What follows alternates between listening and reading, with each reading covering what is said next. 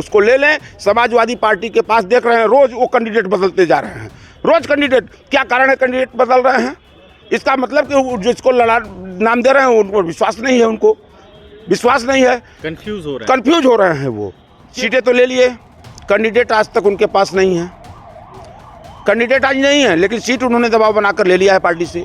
तो ऐसी स्थिति, हमारे पूर्व अध्यक्ष माननीय श्री बृजलाल खाबरी जी हैं, उनको भी टिकट नहीं मिल पाया है। तो ऐसी परिस्थितियों में कांग्रेस पार्टी को अखिलेश के साथ पुनः बैठना चाहिए। रावटगंज लोकसभा में आज तक समाजवादी पार्टी प्रत्याशी नहीं तय कर पाई है कि क्यों उनके, लेकिन कांग्रेस के पास उम्दा प्रत्याशी वहां पर है, उम्दा प्रत्याशी है जो चुनाव लड़ेगा, जीत सकता है, कांग्रेस के पास है। उसी जिस तरह लालू प्रसाद यादव अड़ गए उसी तरह अड़ जाना चाहिए, ताकि अगर हमने जिस व्यक्ति ने अपनी पूरी पार्टी का विलय कांग्रेस पार्टी में किया हो और एक सीट मांगा था, तो उस एक सीट के लिए तो उसको देना चाहिए था उस सीट को, और नहीं देने से जानते हैं इससे गठबंधन का नुकसान है।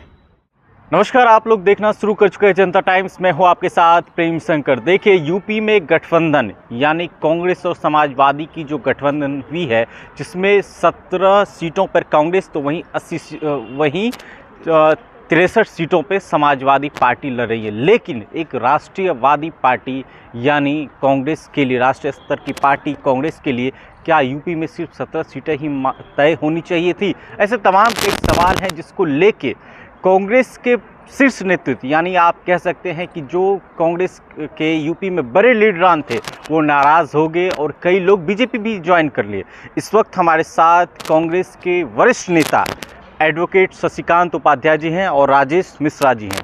कैसे देख रहे हैं सर, जो गठबंधन हुआ है, क्या 17 सीटें ही मायने रखती थी यूपी में कांग्रेस के लिए? देखिए, बड़ा महत्वपूर्ण विषय पर आपने चर्चा किया है। जो उत्तर प्रदेश में अभी गठबंधन हुए हैं समाजवादी और कांग्रेस पार्टी के बीच में, निश्चित रूप से सीट हमें कम, कांग्रेस पार्टी को कम मिली है, इसको हम खुद स्वीकार करते हैं, और कुछ सीटें हमको और बढ़ानी चाहिए थी। समाजवादी पार्टी के सामने प्रस्ताव रखने चाहिए थे, जो हमारी शेयरिंग कमेटी थी, कम से कम 25 से 30 सीट, 80 सीट में से कम 25 से 30 सीटों पर कांग्रेस को कम से कम आधा की मुकाबला होना चाहिए। नहीं होना चाहिए था, लेकिन 30 सीटें तो जेन्युइन रखनी चाहिए थी, 3 सीटें लेनी चाहिए थी, जिसमें हमारे जैसा कि आपने कहा कि कुछ हमारे लीडर नाराज भी हो गए हैं। नाराज तो देखिए, वो तो जो हमारे हैं उनको हम लोग खुश कर लेंगे, मना लेंगे, चूँकि पार्टी का मामला है। लेकिन कुछ लोगों को टिकट न मिलने की वजह से वो कुछ ऐसे भी आए जो पार्टी छोड़कर चले गए। तो ये विषय बड़ा गंभीर है, ये गंभीर विषय है, और ये चिंतन करने का विषय। अभी भी मौके हैं, ऐसा नहीं है कि अभी नहीं मौके हैं। अभी भी पार्टी को इस चीज़ को लेकर एक गंभीर वार्ता करनी चाहिए अखिलेश यादव जी से, कि जैसे कुछ हमारी सीटें हैं, और ख़ास तौर से मैं जो कहना चाहूँगा, एक बात कहना चाह रहा हूँ कि अखिलेश यादव जी ने तो सीटें ज़्यादा ले ली हैं, क्योंकि मैं भी उत्तर प्रदेश से ही हूँ, हम देख रहे हैं जो स्थितियाँ हैं। सीटें तो ले लिए, कैंडिडेट आज तक उनके पास नहीं है, कैंडिडेट आज नहीं है, लेकिन सीट उन्होंने दबाव बनाकर ले लिया है पार्टी से। तो ऐसी स्थिति में जब आपके पास जहाँ कैंडिडेट नहीं है, और ख़ास तौर से कांग्रेस को 80 सीटों पर फोकस करना चाहिए था। देखिए, मैं ब्राह्मण हूँ, लेकिन इस बात को कह रहा हूँ कि 80 सीटों पर जो कम्बिनेशन बनता, ब्राह्मण, दलित, मुस्लिम और अदर सोट, अखिलेश के साथ वह कम्बिनेशन, मैं इस बात को जिम्मेदारी से कह रहा हूँ कि नहीं बन पाएगा 80 सीटों पर। तो 80 सीटों पर कांग्रेस पार्टी को सीट कुछ और बढ़ानी चाहिए थी, लेनी चाहिए थी, लेकिन अब वो ऊपर की स्थिति परिस्थिति क्या रही, कैसी रही। लेकिन चूँकि राजनीति हमको करना है, चुनाव हारना जीतना यह लोकतंत्र का एक हिस्सा है, लेकिन हमारी राजनीति जिंदा रहे और अगली राजनीति जिंदा रहे, इसके लिए भी हमको निर्णय सोच समझकर करना पड़ता है। देखिए, समाजवादी पार्टी ने जो 63 सीटों पे लड़ रही है, कुछ सीटें ऐसी ही है, कुछ समाजवादी पार्टी पहले टिकट देती है, फिर सीट चेंज करती है, फिर टिकट मिलती है, फिर टिकट चेंज करती है। ऐसे आप उदाहरण मेरठ में देख सकते हैं, जहां बीजेपी ने अरुण गोविंद यानी रामायण में जो राम की भूमिका निभा रहे थे अरुण गोविंद, उनको अपनी मेरठ सीट से उतारा है बीजेपी ने। तो वही दूसरी तरफ पहले उन्होंने एडवोकेट को उतारा था, फिर उसके बाद अतुल प्रधान को, और फिर वहाँ के प्रत्याशी चेंज करके पूर्व मेयर। कैसे देख रहे हैं आप इसको? देखिए, जैसा कि आपने कहा ना कि बीजेपी वहाँ प्रत्याशी अरुण गोविल को उतारी, फिर समाजवादी पार्टी ने 2 प्रत्याशी बदल दिए। अभी इनके पास इस तरह की बहुत सीटें हैं समाजवादी पार्टी के पास कि ये इनके पास कैंडिडेट, और आज भी देखिए लीडरान तो कांग्रेस पार्टी के पास ही हैं, लीडर जिसको कहते हैं, नेता कांग्रेस पार्टी के पास हैं। चुनाव लड़ने का मादा उनके पास है, चुनाव लड़ने की कला उनके पास है। हमारे पास बहुत ऐसे लीडर, मैं 30 सीट क्यों कह रहा हूँ, न्यूनतम 30 सीट इसलिए कह रहा हूँ कि हमारे 30-35 बड़े लीडर जो उत्तर प्रदेश के हैं वो चुनाव लड़ने के कलाकार हैं, माहिर हैं, चुनाव लड़े भिड़े जीते हारे हैं, वो जानते हैं कि मिजाज को कैसे बदल सकते हैं। और इस 80 पुनः मैं इस बात को दोहरा रहा हूँ कि 80 सीटों पर कांग्रेस को ज़्यादा फोकस करना चाहिए था। जैसे हमारे अभी एक उदाहरण के लिए आपको दे रहा हूँ, हमारे बगल की सटी हुई सीट सोनभद्र है, रावटगंज लोकसभा। रावटगंज लोकसभा में आज तक समाजवादी पार्टी प्रत्याशी नहीं तय कर पाई है कि उनका, लेकिन कांग्रेस के पास उम्दा प्रत्याशी वहाँ पर है, उम्दा प्रत्याशी है जो चुनाव लड़ेगा और जीत सकता है, कांग्रेस के पास है।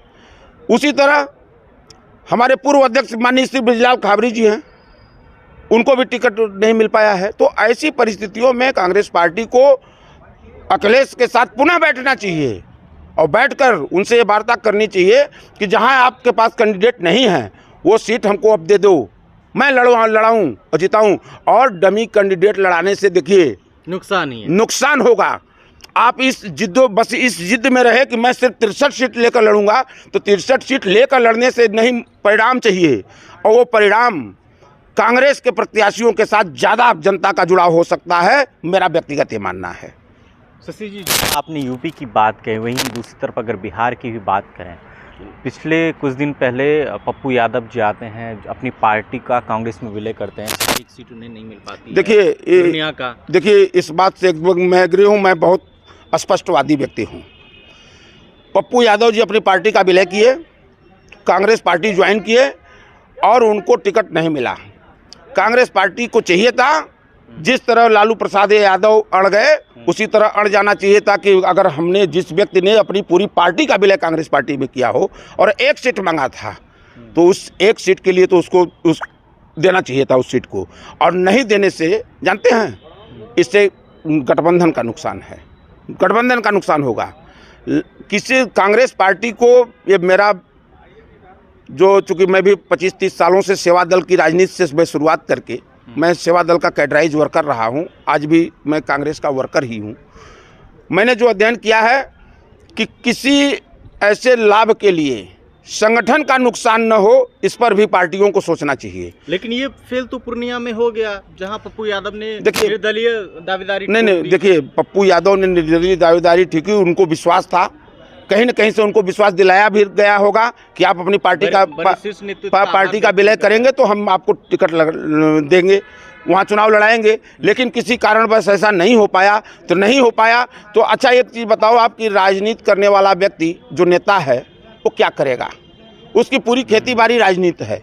अगर वो 5 साल के बाद चुनाव, तो अगले 5 साल का इंतजार तो पप्पू यादव जैसा व्यक्ति तो नहीं कर सकता ना, चुनाव तो लड़ेगा, हारे जीते तो जनता के ऊपर निर्भर है, लेकिन वो तो चुनाव लड़ने के लिए ही राजनीति कर रहा है ना, तो राजनीति करेगा। और दूसरी चीज़ कि किसी भी गठबंधन, हम गठबंधन के, चूँकि हमारे नेतृत्व ने गठबंधन किया है, आज बीजेपी को मात देना है, बीजेपी को हराना है, इस देश में नफरत फैला रही है जो बीजेपी, तो ऐसी परिस्थितियों में गठबंधन तो जरूरी था, लेकिन गठबंधन का मानक तय करना भी जरूरी था कि चाहे वो यूपी का मामला हो चाहे बिहार का मामला हो, अगर कैंडिडेट का चयन सही नहीं हो पाया तो जान लीजिए कि पहले तो ये देखना है कि किस व्यक्ति के साथ किसका कनेक्शन है, जनता का कनेक्शन किसके साथ है। हम कई सीटों को उत्तर प्रदेश में ऐसी बता सकते हैं, जैसा कि मैंने बताया कि हमारे जनपद से सटी हुई सीट लोकसभा सोनभद्र है। सोनभद्र में आज तक, पुनः मैं इस बात को दोहरा रहा हूं कि आज तक समाजवादी पार्टी प्रत्याशी नहीं दे पाई, इसलिए कि उनके पास कैंडिडेट नहीं है। कैंडिडेट जो है लड़ने लायक और जीतने लायक वो मेरे पास है।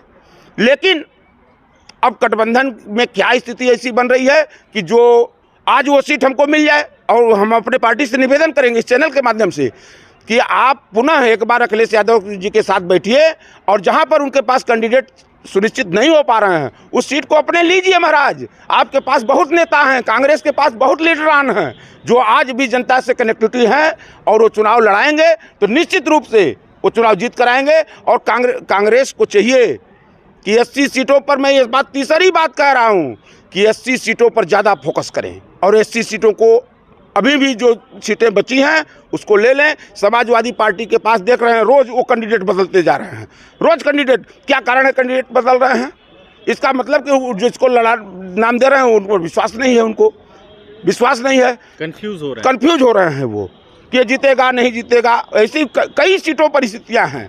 तो ये नेतृत्व को भी चाहिए कि पुनः एक बार बैठे लोग, अखिलेश यादव जी के साथ बैठें, हमारे लीडरान बैठें और जो सीटें बची हैं उस पर गहन मंथन करें और अखिलेश यादव जी से वार्ता करें। और ये एक वार्ता करें कि अगर आप वहाँ लड़ने में अक्षम समझ रहे हैं अपने को, तो वो सीट हमारे कैंडिडेटों को दीजिए, मैं लड़ाता हूँ, उसको जितवा के देता हूँ।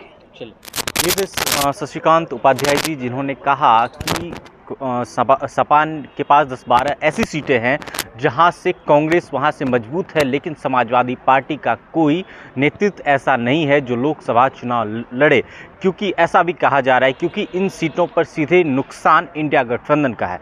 ऐसी तमाम वीडियो देखने के लिए देखते रहिए जनता टाइम। शुक्रिया।